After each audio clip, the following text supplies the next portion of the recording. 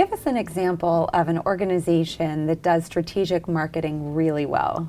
That's a great question. And there are several I talk about in my book. There are companies like Zillow who created their own marketplace for real estate. When they started out 7 or 8 years ago, there was no online real estate market.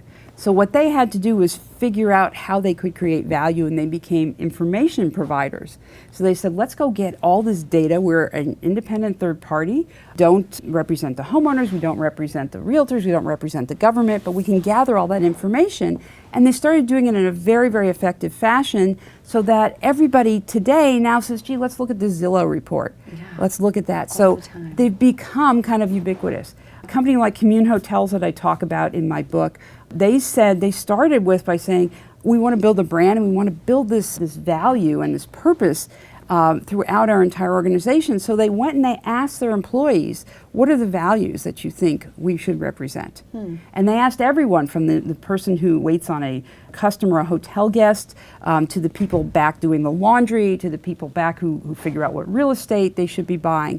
And they came up with a set of values. And they used that to really drive their marketing as well as their employee engagement and who they hire and basically what their hotels are all about. So there are companies like that. There are also, what I find though is interesting, there are also a lot of smaller companies. A lot of the people who are doing this well are the people that you go and you work with on a day-to-day basis, whether it's a restaurant that you go back to, or it's a hairdresser that you like, that you refer, or it's someone that you go to with your kids. It's a place that you go.